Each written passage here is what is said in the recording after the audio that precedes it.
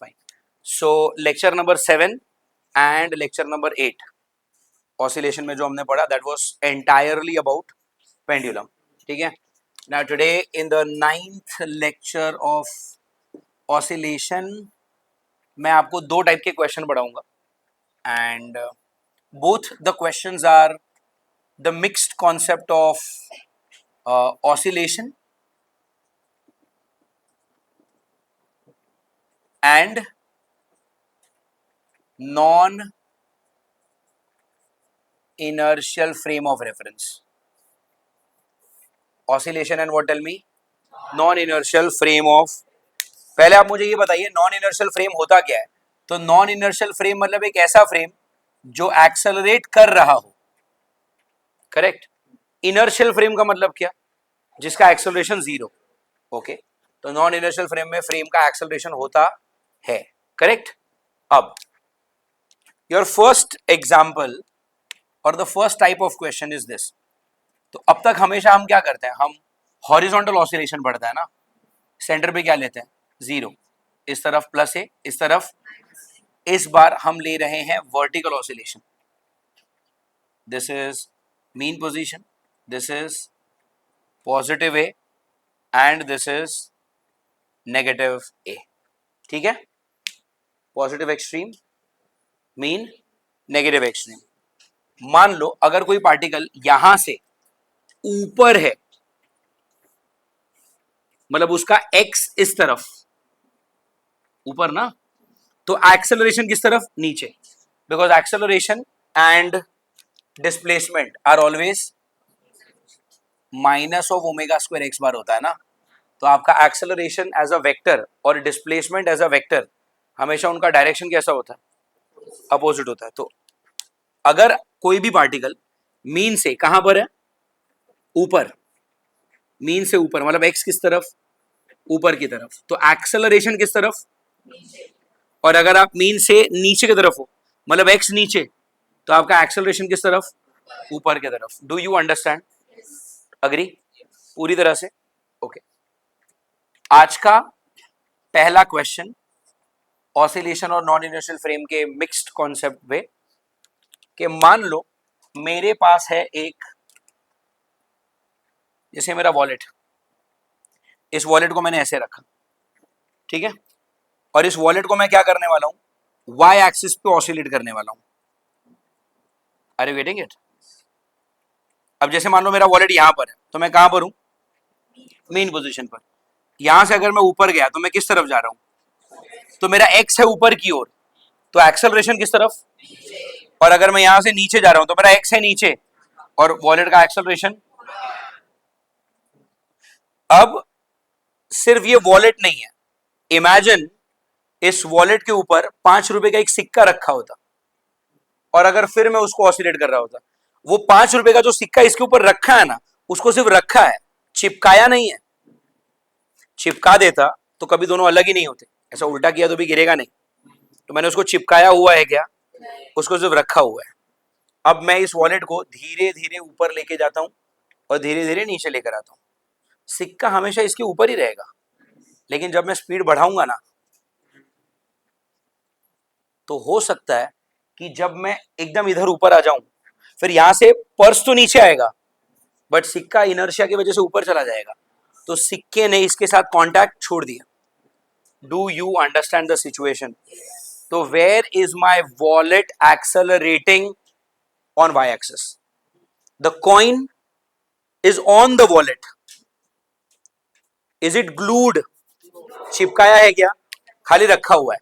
But उस रखे हुए कॉइन में भी अगर आपका जो वॉलेट है वो धीरे धीरे ऊपर नीचे जा रहा है, इतना धीरे जितना मेरा हाथ चल रहा है, तो कॉइन को कोई प्रॉब्लम नहीं है. कॉइन हमेशा वॉलेट के ऊपर ही रहेगा और ऊपर नीचे करेगा.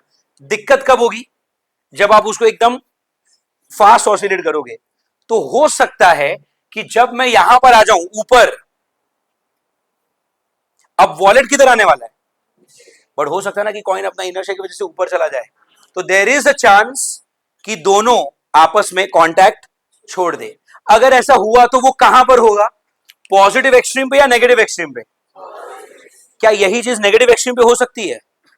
नहीं हो सकती, क्योंकि अगर आप नेगेटिव एक्सट्रीम पे हो, यहां से अपना इनर्शिया मेंटेन करने के लिए कॉइन कहां जाना चाहता है? नीचे। Where is wallet going?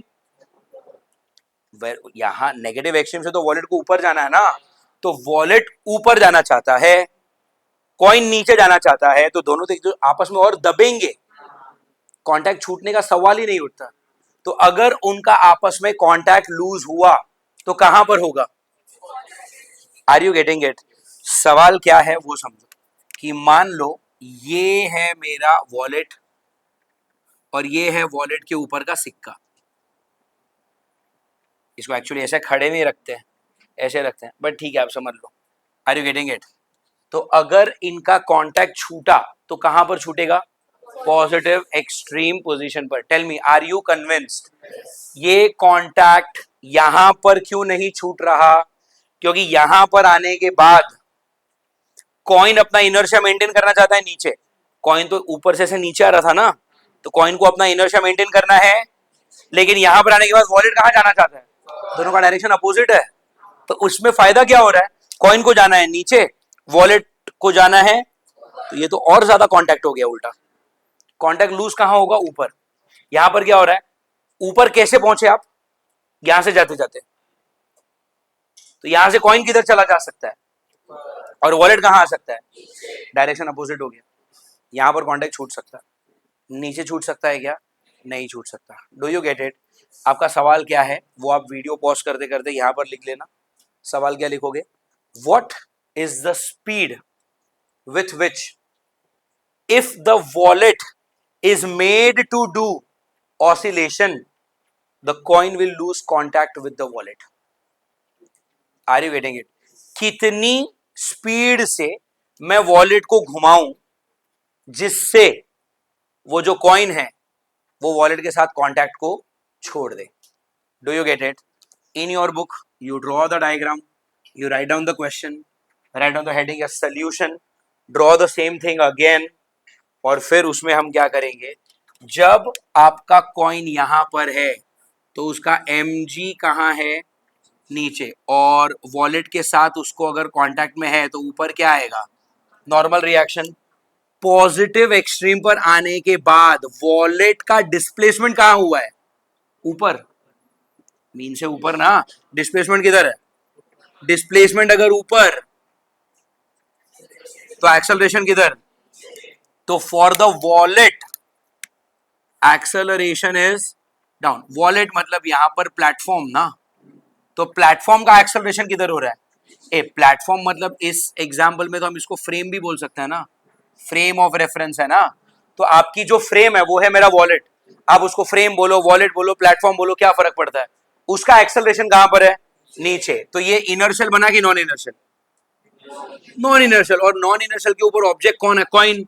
Object के ऊपर क्या लगता है? Pseudo force. उस सूडो फोर्स का डायरेक्शन कैसा? Very good. ये ऊपर के ओर क्या लगा आपका?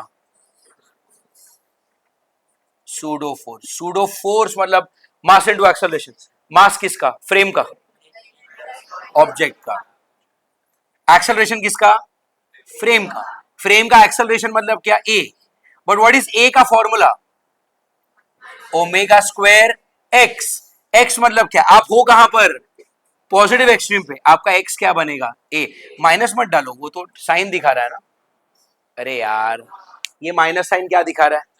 डायरेक्शन, कि अपोजिट डायरेक्शन है। तो वो तो मैंने यूज कर लिया ना कि भाई डिस्प्लेसमेंट ऊपर था, इसलिए प्लेटफॉर्म का डायरेक्शन एक्सेलरेशन का नीचे है, वो यूज हो गया माइनस साइन। बिकॉज आपका फ्रेम का एक्सेलरेशन नीचे है, सूडो फोर्स किधर आया? मुझे उस सूडो फोर्स का मैग्नीट्यूड चाहिए, मास इनटू एक्सेलरेशन। एक्सेलरेशन मतलब ओमेगा स्क्वायर एक्स, और मैं कौन से पोजीशन पर हूं? I am at the positive extreme position. X will be written as what? A. तो सूडो फोर्स कितना? ऊपर एम ओमेगा स्क्वायर ए, और ऊपर क्या है? नॉर्मल रिएक्शन, और नीचे क्या है? mg। Do you get it? आपका सवाल क्या था कि कितनी स्पीड पर ऑसिलेट करने से ये वाली चीज अपना कांटेक्ट छोड़ देगा? कांटेक्ट छूट गया मतलब नॉर्मल जीरो हो गया। अरे यार, मेरे बॉडी पर नॉर्मल कब तक लग रहा है? जब तक मैं स्टेज पे खड़ा हूं।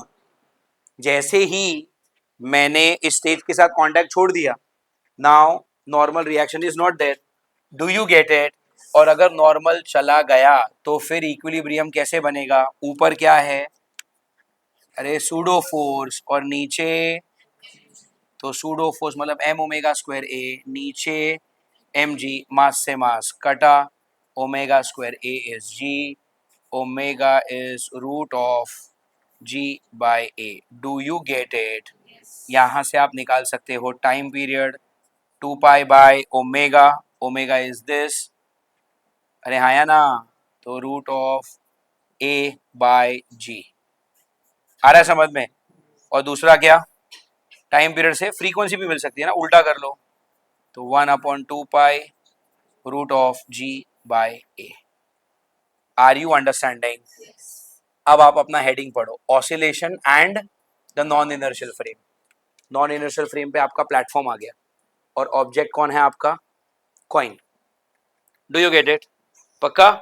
Same question can be modified into a different situation. अब मैं क्या करूंगा, पिछली बार मैंने वॉलेट को किस तरह से ऑसिलेट करवाया? मैंने ऐसे ऑसिलेट किया, इसके ऊपर कॉइन रखा था, तो जब ऊपर आ गया, अब यहां से और ऊपर जा सकता है क्या वॉलेट? वॉलेट आ गया नीचे, बट कॉइन अपना इनर्शिया मेंटेन करके ऊपर चला गया, इसीलिए उसने कांटेक्ट छोड़ दिया ना, और ये सब कहानी हुई. तो कितनी स्पीड से घुमाने पर आपका कॉइन कांटेक्ट छोड़ देगा? इतनी. Are you understanding? और अगर आपकी स्पीड इससे कम है तो कांटेक्ट नहीं छूटेगा, वो हमेशा कांटेक्ट में रहेगा. Are you getting it? तो what is this velocity? Angular velocity. और ये कौन सी एंगुलर वेलोसिटी है? कि अगर आपने पर्स को, प्लेटफॉर्म को इतने या इससे ज्यादा वेलोसिटी पे घुमाया तो कांटेक्ट छूट जाएगा, बट अगर इससे कम होगा तो नहीं छूटेगा. Are you getting it?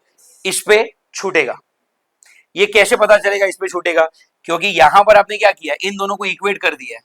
इन दोनों को इक्वेट कर दिया मतलब क्या, आपने एन को ऑलरेडी जीरो मान ही लिया है. एन को आपने जीरो मान दिया मतलब कांटेक्ट तो लूज हो ही चुका है. तो because the contact was lost already. Are you getting it? तभी तो आपने इन दोनों को लिखा ये बराबर है. तो इतनी ओमेगा पे कांटेक्ट है कि छूट चुका है? इस पे कांटेक्ट छूट जाएगा. इससे ज्यादा होगा तो 100% छूटेगा.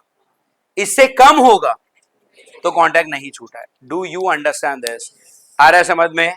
ओके, ये एक सिचुएशन है जहां पर हमने इसको कैसे ऑसिलेट करवाया, वर्टिकल. अब हम सेम चीज को कैसे ऑसिलेट करेंगे, horizontal. Are you all getting it? So now the wallet is here, coin रखा है इसके ऊपर, लेकिन मैं वॉलेट को ऐसे हॉरिजॉन्टली ऑसिलेट करने वाला हूं. अब जब तक मेरा वॉलेट धीरे धीरे चलेगा, वो जो कॉइन है, सिक्का, इसके ऊपर ही रहेगा. बट अगर मैंने ऐसे फास्ट किया तो इधर आया मैं, अगर अब यहां से मैं उस तरफ जाने वाला हूं, तो वॉलेट तो उल्टा चला जाएगा बट कॉइन उधर चला जाएगा. Are you getting it? अच्छा, ये चीज सिर्फ पॉजिटिव एक्सट्रीम से हो सकती है या नेगेटिव से भी हो सकती है? दोनों तरफ से हो सकता है. यहां पर ऐसा सीन नहीं है. यहां पर आप ऊपर नीचे जा रहे थे ना, तो नीचे कांटेक्ट छूटने का चांस नहीं है, बट ऊपर तो चांस है. और यहां पर दोनों में से कोई भी एक्सट्रीम पे जाओ, it may lose the contact, it will skid off. आ रहा है समझ में? तो अब मेरा जो ऑसिलेशन होगा वो हॉरिजॉन्टल होगा या वर्टिकल?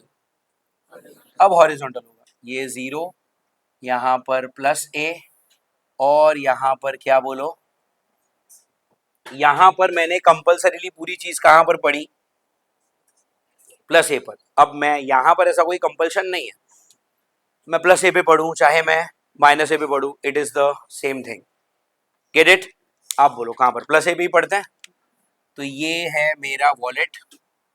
आप इसको वॉलेट बोलो, या फिर आप इसको प्लेटफॉर्म बोलो, या फिर आपको इसको फ्रेम बोलो, इससे कोई फर्क नहीं पड़ता. यहां पर रखा हुआ है coin. Do you get it? Okay, एक बात बताओ, आप वॉलेट को धीरे चलाओ या फास्ट चलाओ, वो बात की बात है.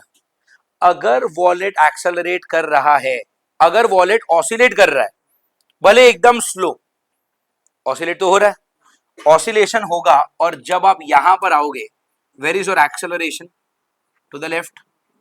अरे हाँ या ना, acceleration of the platform or the frame is to the, when you are at the positive extreme, acceleration is here.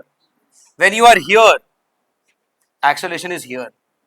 Acceleration हमेशा किस तरफ होगा? डिस्प्लेसमेंट से उल्टा। तो जब आप इस तरफ हो, आपका डिस्प्लेसमेंट राइट में हुआ ना, तो एक्सेलरेशन लेफ्ट में। और अगर यही चीज यहां पर होती तो डिस्प्लेसमेंट लेफ्ट होता, एक्सेलरेशन किस तरफ होता? राइट में होता। बोलो, डू यू अंडरस्टैंड? ये सिचुएशन समझ में आ रही है आपको? Now if acceleration of the platform is this side, object है यहां पर, ऑब्जेक्ट आपका इनर्शियल फ्रेम में है या नॉन इनर्शियल फ्रेम में? It's a non inertial frame. अगर आपकी फ्रेम एक्सेलरेट करेगी तो आप नॉन इनर्शियल हो। नॉन इनर्शियल फ्रेम में रखे गए ऑब्जेक्ट पर सूडो फोर्स लगता है, जिसका डायरेक्शन रियल एक्सेलरेशन से उल्टा होता है। रियल एक्सेलरेशन है इस तरफ, उससे उल्टा लगेगा आपका सूडो फोर्स, जिसका फॉर्मूला है मास of the object into acceleration of the platform.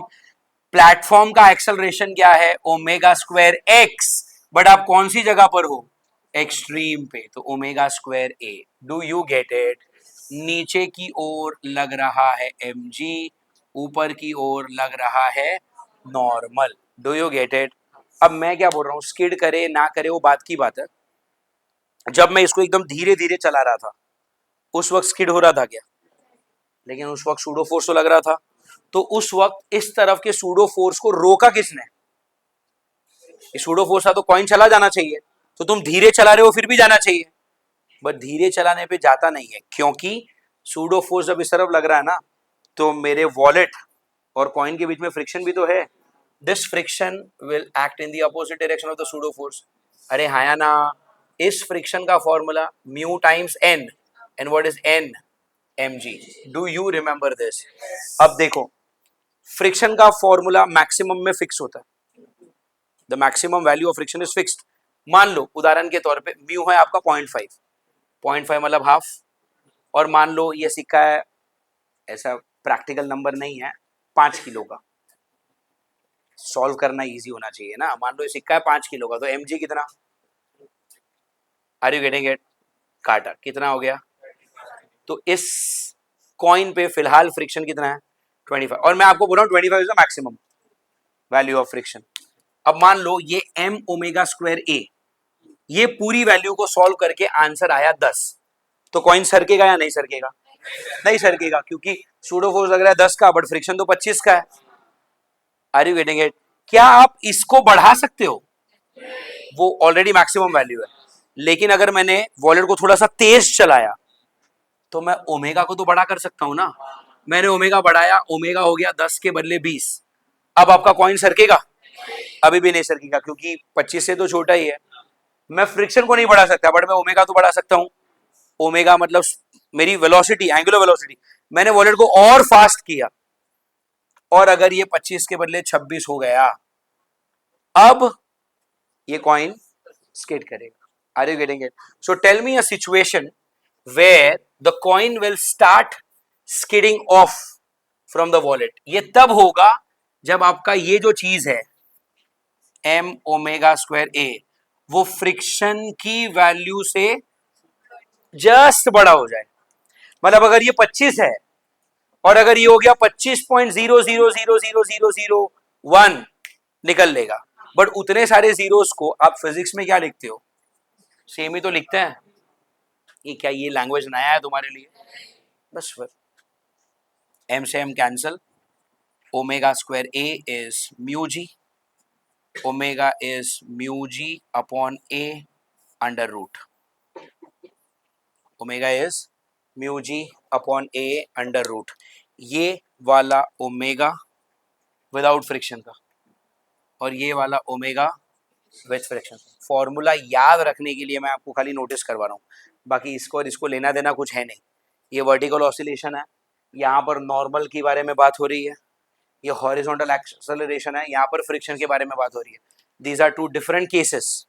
याद रखने के लिए एक स्टूडेंट ऐसा समझ सकता है, यहाँ पर सिर्फ है g by a under root, this is also g by a under root, just an additional mu because of the friction. और एक बार अगर आपने ओमेगा निकाल लिया, फिर वहां से टाइम पीरियड निकालना कोई बड़ी बात, 2 pi root of a by mu g, है ना। और वहां से फ्रिक्शन क्या हो जाएगा? 1/2 pi root of mu g by उल्टा ना, फ्रिक्शन नहीं, sorry, this is called as frequency not friction, I am sorry, this is frequency and this is time period. Do you understand both the cases? आ रहा है समझ में? पक्का. क्या है आज का heading? Tell me. Oscillation and non inertial frame of reference. Did you understand both the cases? आ रहा है समझ में? ठीक है. ये हेडिंग के बाद the next thing that we are learning is called energy in oscillation. जब भी कोई पार्टिकल ऑसिलेट करता है उसके पास दो टाइप की एनर्जी होता है, kinetic energy, potential energy. Potential energy के लिए तो मेरे पास जगह नहीं है, but we can study kinetic energy very well. तो what is the heading? Tell me. Energy in oscillation and the first type of energy that we have is called as what? Tell me. Kinetic energy. Kinetic energy का formula आपने क्या पढ़ा है? half mv square. Do you get it? If this is the formula for kinetic energy, remember kinetic energy is a scalar quantity. Scalar quantity मतलब क्या? इसको direction वायरेक्शन से फर्क पड़ता. If kinetic energy is a scalar quantity, that means this v is not velocity. This v is speed. Are you getting it? School के दिनों से आप हाफ mv स्क्वायर में v को हमेशा वेलोसिटी मान रहे हो, बट ये वेलोसिटी नहीं है, वो स्पीड है. क्योंकि काइनेटिक एनर्जी अपने आप में कैसी क्वांटिटी है? स्केलर. उसको डायरेक्शन से कुछ फर्क पड़ता नहीं है. Are you getting it? So you tell me, do you have, अच्छा आप काइनेटिक एनर्जी कहां पर पढ़ रहे हो? ऑसिलेशन चैप्टर में ना. तो मैं स्पीड भी कौन सी लिखूंगा? ऑसिलेशन की. ऑसिलेशन में पार्टिकल की स्पीड क्या होती है? Omega under root a square minus x square the whole square. Tell me, are you understanding this? Kinetic energy का फॉर्मूला हो जाएगा half m under root, sorry half m bracket में omega under root a square minus x square का square. Are you getting it? आप चाहते हो तो velocity का एक और फॉर्मूला हमारे पास, A omega cos omega t plus alpha. अब A omega cos of omega t plus alpha speed है कि वेलोसिटी है? वेलोसिटी का इक्वेशन यूज करने का फायदा क्या होता है? कि मुझे आंसर प्लस और माइनस में मिल जाएगा. बट अगर आपको प्लस और माइनस में मिला भी, आप तो स्क्वायर कर रहे हो, तो वैसे ही सब कुछ प्लस में आने वाला है. तो इज देयर अ स्कोप कि यहां पर कभी आपका आंसर नेगेटिव आ सके? तो जब नेगेटिव आने ही नहीं वाला, मतलब डायरेक्शन तो पता चलने ही नहीं वाला. बिकॉज डायरेक्शन नहीं पता चलने वाला, क्यों ना आसान वाला फॉर्मूला यूज कर लिया जाए. तो यहां से अगर इसको थोड़ा सा सिंप्लीफाई किया, what do you get? Half m omega square bracket में A square minus A square. This becomes the formula for what? Tell me. Kinetic energy. Do you understand? This is mass of the body which is constant. Omega मिलेगा आपको 2 pi by T करके. Hello. तो उसमें time period भी तो constant ही होता है. तो 2 पाई बाई टी कांस्टेंट, मतलब ओमेगा कैसा? कांस्टेंट, मतलब पूरा m omega square is a. तो दो कांस्टेंट के बदले can I use a constant, single. उस सिंगल कांस्टेंट को हम कहते हैं K. Are you getting it? And this K is nothing but your spring constant, जो आपने लॉज ऑफ मोशन में अंडर स्प्रिंग पढ़ा था. F is equal to K X. F is spring force. उसमें जो K था ये वही K है. K is equal to what formula? Tell me. M omega square. Are you getting it? K is equal to what? M omega square की जगह पे हमने क्या डाल दिया? K डाल दिया. Are you getting it? पक्का. अब आप एक बात बताओ, अगर आप हो मीन पोजीशन पर, कहां पर? मीन. आपके लिए x कैसा? अगर उस इक्वेशन में मैंने x को 0 डाल दिया, मतलब ये वाला पार्ट गायब हो गया, तो बचा क्या? Half k a square. क्या बचा? हाफ के. ये जो वैल्यू है इसे कहते हैं काइनेटिक एनर्जी की मैक्सिमम वैल्यू. क्या कहते हैं इसको? काइनेटिक एनर्जी की. What is the formula? Half k a square. और अगर आप हो कहां पर? एक्सट्रीम पोजीशन पर, तो आपकी x की वैल्यू क्या? पॉजिटिव एक्सट्रीम पर हो तो प्लस है, नेगेटिव एक्सट्रीम पर हो तो अगर आप यहां पर चाहे प्लस ए डालो, चाहे आप यहां पर माइनस ए डालो, वो तो a स्क्वायर ही होगा. This A square minus A square will give you 0 into के. 0 into half 0. So what is your kinetic energy? Kinetic energy. This is going to be minimum. The value is going to be what? Tell me. 0. Do you understand? आपकी velocity maximum कहां पर होती है? Mean पे. और extreme पे minimum 0. तो जब एक्सट्रीम पोजीशन पर वेलोसिटी 0 है तो काइनेटिक एनर्जी भी तो मिनिमम होगा. और मीन पोजीशन पे वेलोसिटी कैसी होती है? Speed is maximum. तो मीन पे काइनेटिक एनर्जी भी कैसा आ रहा है? Maximum. Are you getting it? तो what is the formula for kinetic energy? The formula for kinetic energy is what? Half k a square minus x square, where k is the spring constant. क्या ये वही spring constant है जो loss of motion में spring पड़ते वक्त किया था? हाँ, वो वाला k यही वाला k है. Are you getting it? And इस k का फॉर्मूला क्या है? m omega square. वहां पर k का फॉर्मूला क्या था? f upon x. f is kx ना, तो k is what? f upon x. ये वही k है जिसका फॉर्मूला क्या है? m omega square. Do you get it? आ रहा है समझ में? What else? What else? वही सेम चीज के मीन पोजीशन पर kinetic energy maximum half k a square. Extreme position पर x की वैल्यू जो प्लस और माइनस ए होगी, आपका काइनेटिक एनर्जी कैसा हो जाएगा? मिनिमम हो जाएगा, 0 हो जाएगा. ये मैंने आपको शायद बताया कि टॉपिक क्या है? Energy in oscillation. First energy will be what? Tell me. Kinetic. Second will be what? Which potential? This is called as elastic potential energy. आ रहा है समझ में? पहले टाइप की एनर्जी कौन सी? Kinetic energy. दूसरे टाइप की एनर्जी कौन सी? Elastic potential energy. तो अभी हमने कौन सा पढ़ लिया? Kinetic. And then we will learn elastic potential energy. और अगर आप इन दोनों को ऐड करते हो, इन दोनों को आप क्या करते हो? That will give you the total energy of a particle in oscillation. Are you understanding? एक है काइनेटिक एनर्जी, दूसरा है पोटेंशियल एनर्जी. और अगर आपने इन दोनों को क्या कर दिया? ऐड कर दिया, तो आपको क्या मिलेगा? टोटल एनर्जी मिलेगा उस पार्टिकल का जो ऑसिलेट कर रहा है. Are you getting it? The only reason for me to tell you this meticulously, मैं वर्ड यूज कर रहा हूं इलास्टिक, क्योंकि पोटेंशियल एनर्जी दो टाइप की होता है. एक होता है ग्रेविटेशनल पोटेंशियल एनर्जी और एक होता है elastic potential energy. Are you getting it? Gravitational potential energy मतलब जो आपने शायद स्कूल में एक फॉर्मूला देखा, mgh.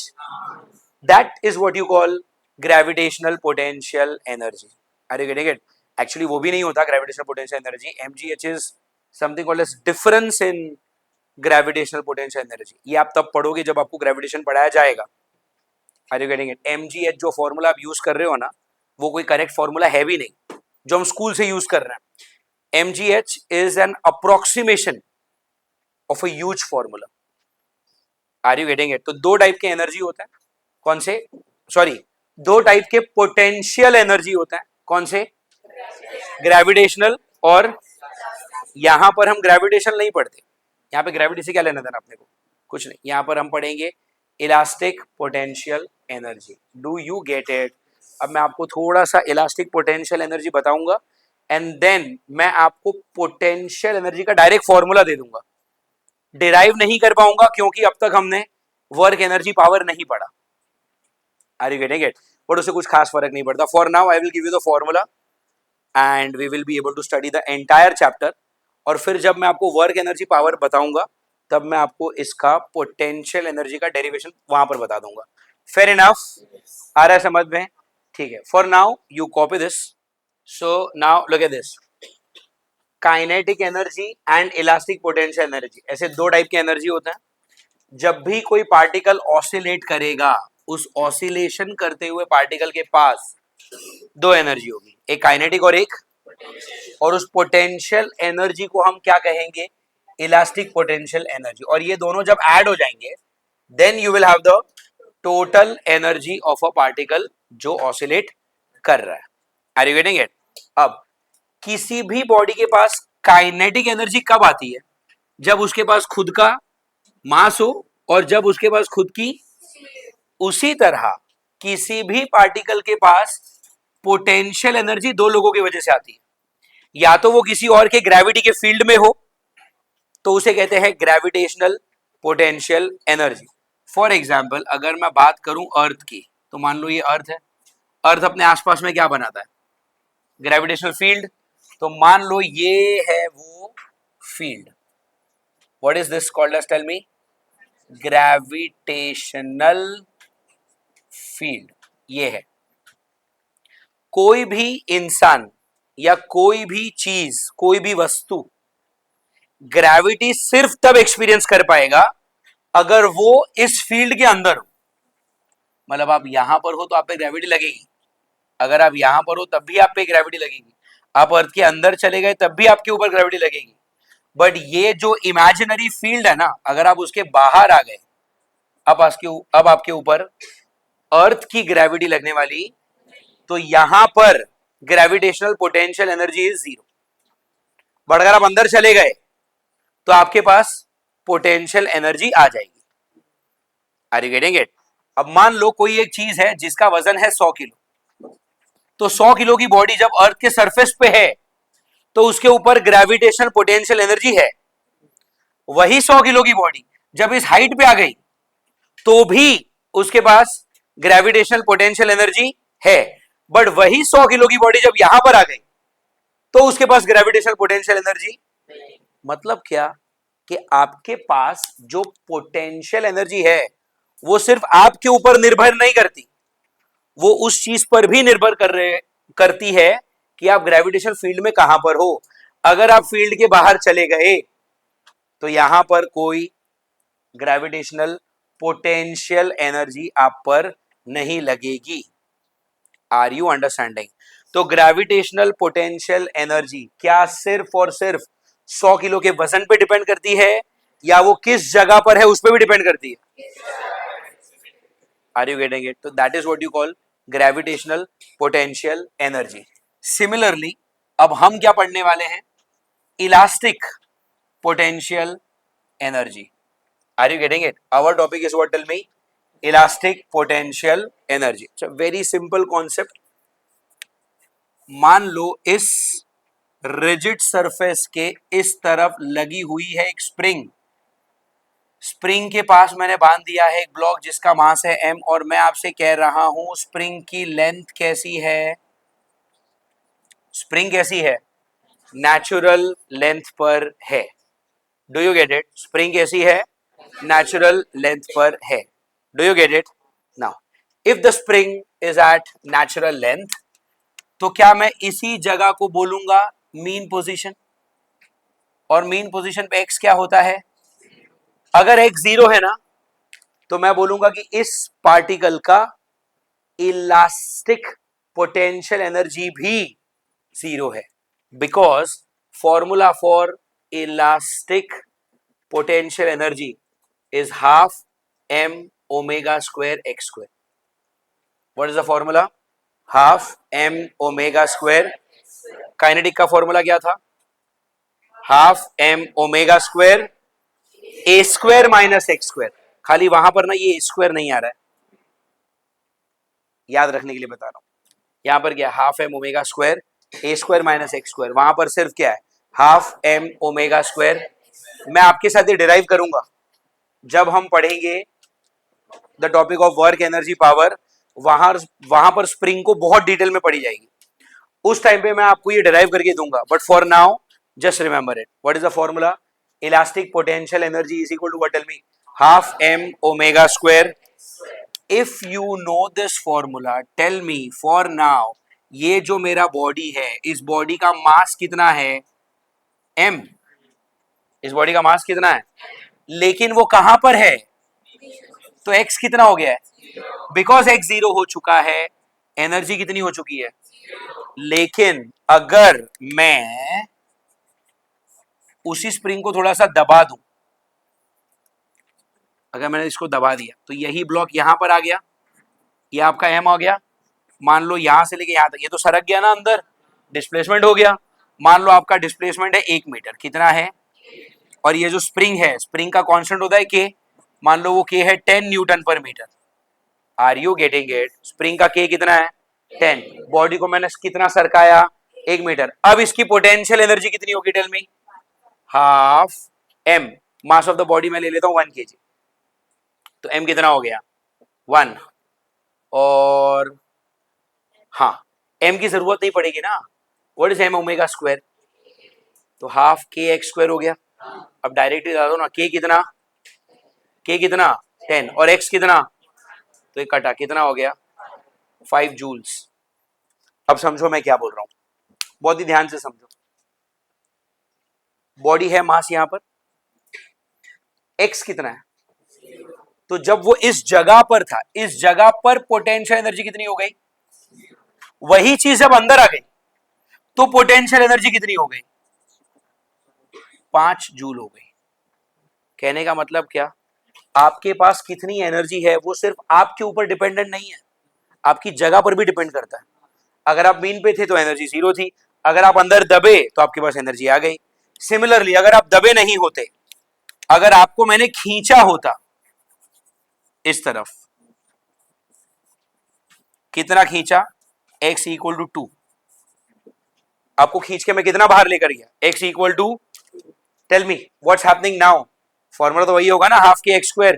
k कितना है, k 10 ही है, लेकिन अभी x कितना 2, 2 का स्क्वायर 4, 2 5 10 5 4, तो अब आपकी एनर्जी कितनी हो गई 20 joules. Do you understand with this thing, you tell me, जब आप यहां पर थे आपकी एनर्जी 0, जब आप यहां पर आए आपकी एनर्जी कितनी हो गई 5, जब आप यहां पर हो आपकी पोटेंशियल एनर्जी कितनी हो गई 20 joules. Are you getting it?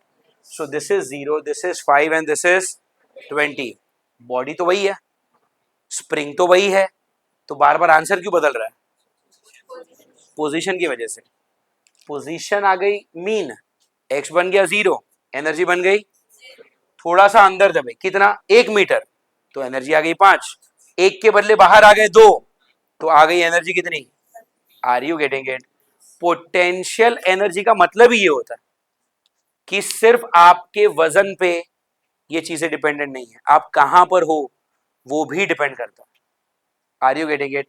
अब मैंने आपको जो ग्रेविटी वाला एग्जांपल दिया, मैंने क्या बोला, दिस इज अर्थ, अर्थ अपने आसपास क्या बना दी है, ये पूरा अर्थ है, ठीक है। अब अगर आप यहां पर हो आपकी एनर्जी अलग होगी, अगर आप यहां पर हो आपकी एनर्जी अलग होगी, अगर आप यहां पर आ गए आपकी एनर्जी हो गई 0।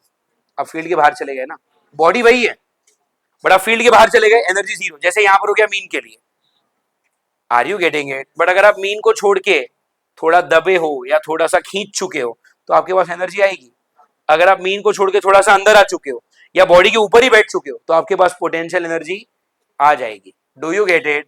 तो पोटेंशियल एनर्जी का मतलब क्या, पहले तो मुझे ये बताओ पोटेंशियल एनर्जी के टाइप कितने होते हैं, 2। एक बिकॉज ऑफ ग्रेविटी, जो डिपेंड करता है कि आप फील्ड के अंदर हो या बाहर, बाहर हो तो एनर्जी 0, अंदर है तो एनर्जी आएगी, उसके लिए फॉर्मूला बनेगा ग्रेविटेशन चैप्टर में, अभी नहीं। दूसरा क्या, दूसरी type of energy is called as what, elastic potential energy, जो डिपेंड करती है आपकी स्प्रिंग पे। अगर स्प्रिंग कैसी है, नेचुरल लेंथ पे, मतलब आपकी बॉडी कहां पर है, तो एक्स कितना, एक्स अगर 0 तो एनर्जी कितनी, आर यू गेटिंग इट। लेकिन अगर स्प्रिंग दबी हुई है या स्प्रिंग को आपने खींचा हुआ है तो आपका एक्स 0 नहीं है ना, एक्स 0 नहीं है तो एनर्जी भी 0। तो ग्रेविटेशनल पोटेंशियल एनर्जी कहां, किस चीज पर डिपेंड करती है कि आपकी बॉडी कहां पर है, फील्ड के अंदर या फील्ड के बाहर।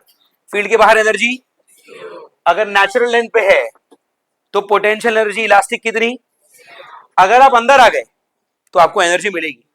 अगर स्प्रिंग दब गई या खींच गई तो आपको energy, are you getting it. हाँ, अब अगर 1 मीटर दबी है और यहां पर 2 मीटर है तो वैल्यू अलग अलग है ना, तो एनर्जी भी अलग अलग आएगी। सिमिलरली आप फील्ड के अंदर यहां पर हो, यहां पर हो या यहां पर हो, जगह के हिसाब से आपकी एनर्जी क्या होगी, चेंज होगी। Do you get it. आ रहा है ये समझ में, पक्का। तो what is elastic potential energy, tell me. It is the energy of this body which is completely dependent on this spring. Spring का कंप्रेशन ज्यादा हुआ तो एक्स ज्यादा, एक्स अगर ज्यादा potential energy elastic will be more.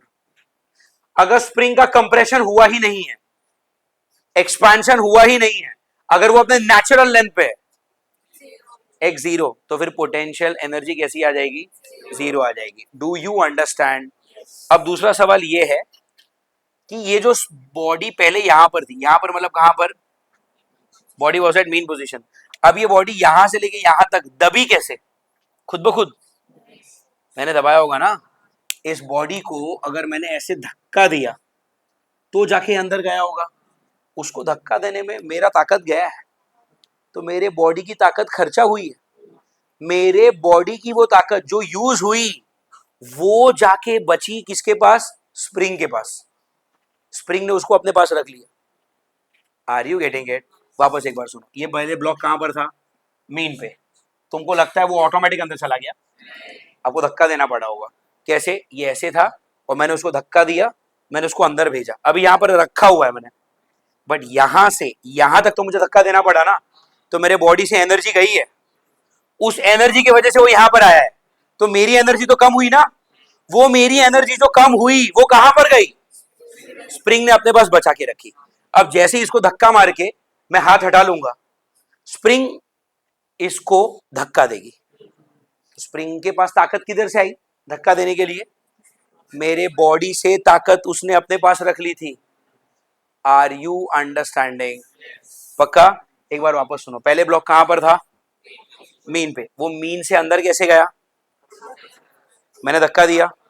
अगर मैंने उसको धक्का दिया तो मेरे बॉडी से ताकत कम हो रही है। मेरी जो ताकत कम हुई वही स्प्रिंग के पास चली गई, क्योंकि हमने स्कूल में क्या पढ़ा है? Energy can neither be created. तो अगर मेरे बॉडी से एनर्जी कम हो गई तो क्या डिस्ट्रॉय हो गई? डिस्ट्रॉय नहीं हुआ है। आपकी जो बॉडी से ताकत कम हुई वो ताकत गई किसके पास? स्प्रिंग के पास। स्प्रिंग उस ताकत को संभाल के रखेगा, और जैसे ही आपने यहां से हाथ हटा दिया, स्प्रिंग उसी ताकत को यूज करके इस ब्लॉक को बाहर धक्का मार देगा। Are you understanding? और वही ताकत को हम क्या कहते हैं? Elastic potential energy. Do you get it? ये इलास्टिसिटी में भी होता है।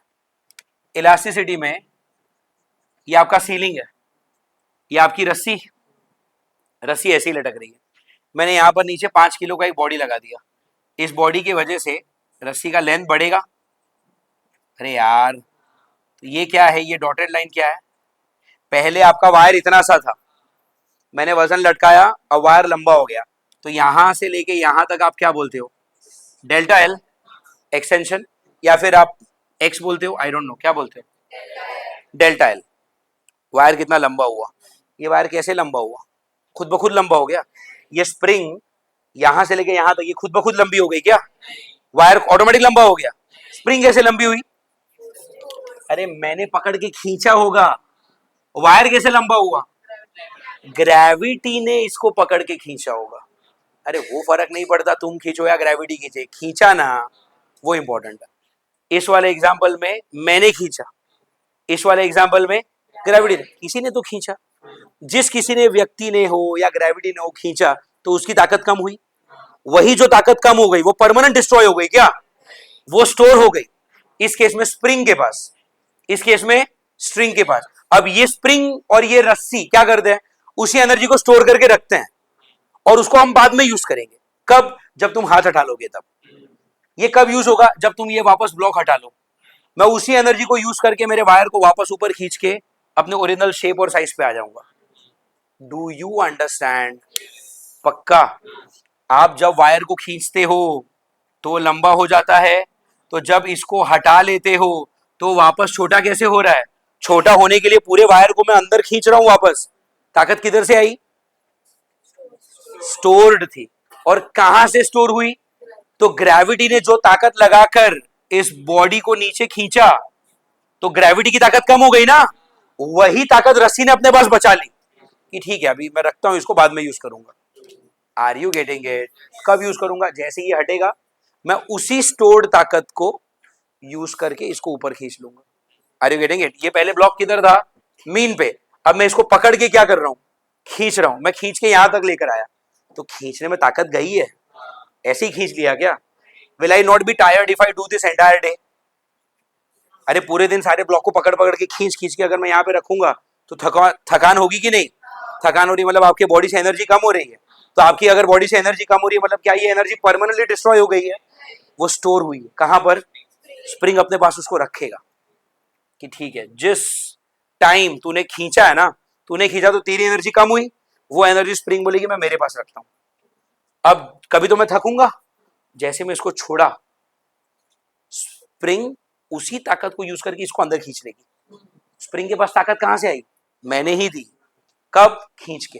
तो आप जब इसको खींच के स्प्रिंग को लंबा करते हो, आप ही की वजह से स्प्रिंग के पास क्या आती है?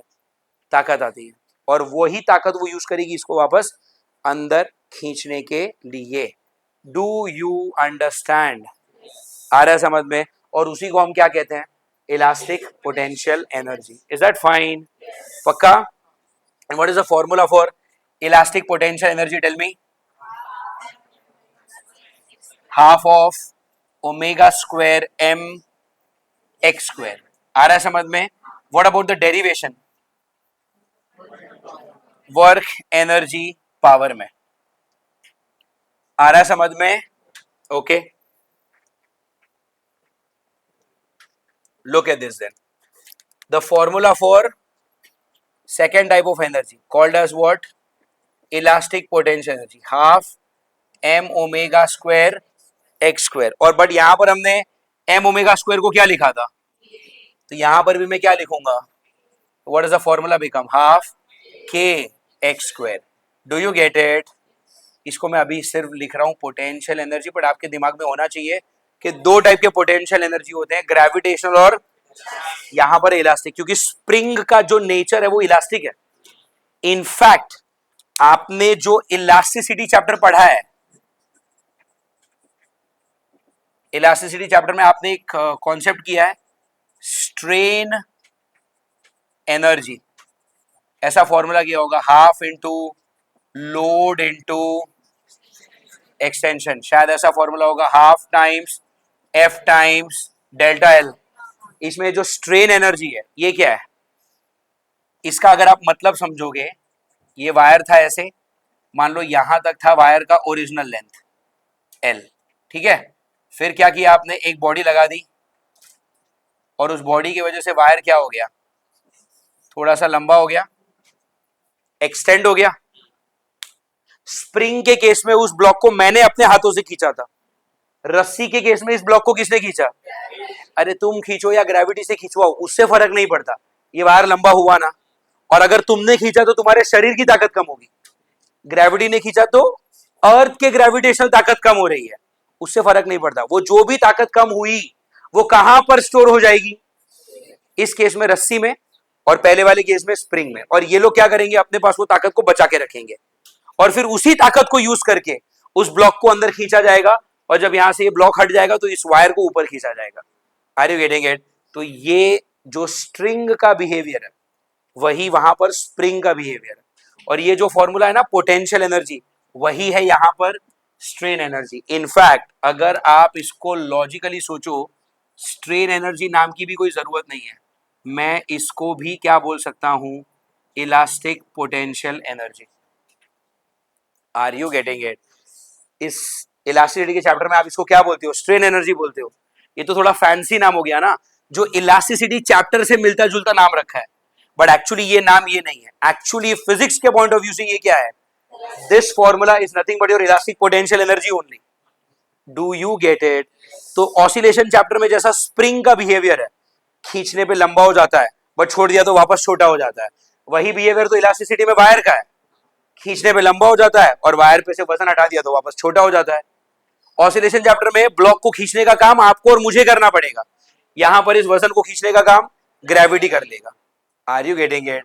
तो जो ताकत से मैंने ब्लॉक को पकड़ के खींचा, स्प्रिंग को लंबा किया, वही ताकत स्प्रिंग अपने पास स्टोर करके रखता है। Are you getting it? पिछले 15 मिनट में ये 5 बार बोल चुका हूं, समझ में आ रहा है आप लोगों को? Sure? Okay, and the formula is what? Tell me. Potential energy का half k x square. Do you get it? और फिर वापस वही बात, अगर आप बात करो मीन की, x बनेगा 0, x को 0 डाला, potential energy 0, this will be minimum potential energy. और अगर आप बात करो एक्सट्रीम की, x बनेगा प्लस या फिर माइनस a, अगर यहां पर प्लस या फिर माइनस a डाला तो क्या आएगा? potential energy will be half k a square. Are you getting it? अरे x को प्लस माइनस ए डाला ना, और ये एनर्जी कैसी आ गई, काइनेटिक के टाइम पे मीन पे मैक्सिमम है और पोटेंशियल का मीन कैसा है, मिनिमम. काइनेटिक के टाइम पे एक्सट्रीम पे एनर्जी कैसी बनती है, जीरो. यहां पर एक्सट्रीम में कैसा बन जाता है ये, तो दोनों उल्टा चल रहे हैं. जब वो मिनिमम होगा ये मैक्सिमम होगा, और जब ये मिनिमम होगा तब वो मैक्सिमम होगा. Do you get it? Sure. तो ये क्या मिला, उस तरफ काइनेटिक, इस तरफ क्या मिला, पोटेंशियल. अब अगर दोनों को ऐड कर दिया तो क्या मिलेगा, total. So the third type of energy is called as what, total energy, which is equal to what, kinetic plus potential. Kinetic क्या है, ये है ना formula, half k a square minus half के, अरे हाफ और के को अंदर मल्टीप्लाई कर दिया, plus potential energy. What is potential energy, half k x square. Do you get it? ये माइनस और ये प्लस कैंसल, इधर क्या हो गया, हाफ के ए स्क्वायर. ये बना आपका formula for total energy, half k a square. Get it? मुझे बताओ, अगर आप मीन पर हो तो एक्स कैसा, अरे अगर आप मीन पर हो एक्स कैसा, पर यहां पर तो एक्स के लिए जगह ही नहीं है. सिमिलरली अगर आप कहां पर हो, एक्सट्रीम पर हो, तो एक्स कैसा, प्लस और माइनस है, पर यहां पर तो एक्स के लिए जगह ही नहीं है. मतलब क्या, आप कहीं पर भी जाओ टोटल एनर्जी बदलने नहीं वाला, वो उतना ही रहेगा. अगर आप मीन पर हो तभी भी फॉर्मूला टोटल एनर्जी का कितना, हाफ के ए स्क्वायर. अगर आप एक्सट्रीम पर हो उस वक्त भी फॉर्मूला कितना, half k a square. Are you getting it? इसका मतलब ये हुआ total energy never changes, or you can write down total energy does not change as per the position of particle. Particle के पोजीशन के हिसाब से उसकी टोटल एनर्जी चेंज होती, काइनेटिक और पोटेंशियल चेंज होता रहेगा, बट ओवरऑल एनर्जी को चेंज होने वाला. Are you getting it? और जब ये मैक्सिमम तो वो, और जब ये मिनिमम तो वो, बट एक ऐसी जगह है जहां पर दोनों की वैल्यू सेम होती. There is a place where they become equal. What is that place, वो देखते हैं. क्या निकाल रहा हूं मैं, क्या इसका हेडिंग क्या लिखोगे, a place where the value of potential and kinetic energy becomes. तो कुछ नहीं, potential energy is equal to, potential का फॉर्मूला एक्स स्क्वायर, और काइनेटिक का फॉर्मूला,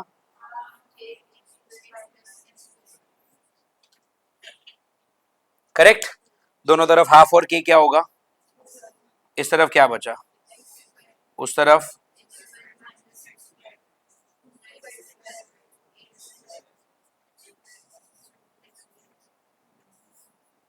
प्लस और minus. Are you getting it? तो ये कैसी जगह आ गई जहां पर दोनों की वैल्यू कैसी होती है, सेम होती है. तो अगर इसके बाद मैं एक ऐसा ऑसिलेशन बनाऊं, ये क्या है, मीन, एक्स कैसा, ये क्या है, x equal to positive extreme, और ये क्या है, x equal to negative extreme का माइनस है. बोलो हाँ या ना. एक्स इक्वल टू जीरो मतलब ये कौन सी पोजीशन है, मीन पे काइनेटिक कैसी, अरे यहाँ पर काइनेटिक कैसा, मतलब मैक्स ना, बट पोटेंशियल कैसा, मिनिमम. ये कैसी जगह है, काइनेटिक मिनिमम, पोटेंशियल, ये कैसी जगह है, potential. Are you getting it? But आपको नहीं लगता कि जीरो और प्लस ए के बीच में एक ऐसी जगह भी होगी जहां पर a बाई रूट टू आएगा, यहां पर काइनेटिक और पोटेंशियल दोनों मैच हो गए, और यहां पर कौन सी जगह आएगी, minus a by root two, यहां पर भी काइनेटिक और पोटेंशियल मैच हो गए. अरे मैच हो गए मतलब क्या, वैल्यू वाइज, मतलब अगर इसकी वैल्यू 5 है तो ये भी 5 होगी. Are you getting it? अच्छा 5 और 5 मिलाकर कितने हो गए, 10. अब जब आप पोजीशन चेंज करके यहां पर आओगे तो काइनेटिक तो हो गया 0, तो ये पोटेंशियल 10 होगी. अरे यार टोटल तो 10 ही होना चाहिए ना. Do you get it? आ रहा है समझ में? This is all about your energy of oscillation. आ रहा है समझ में? पक्का? एनर्जी के ऊपर ग्राफ वगैरह भी है, that we will study in the next lecture. आज का समझ में आया? Fine, that is all for today.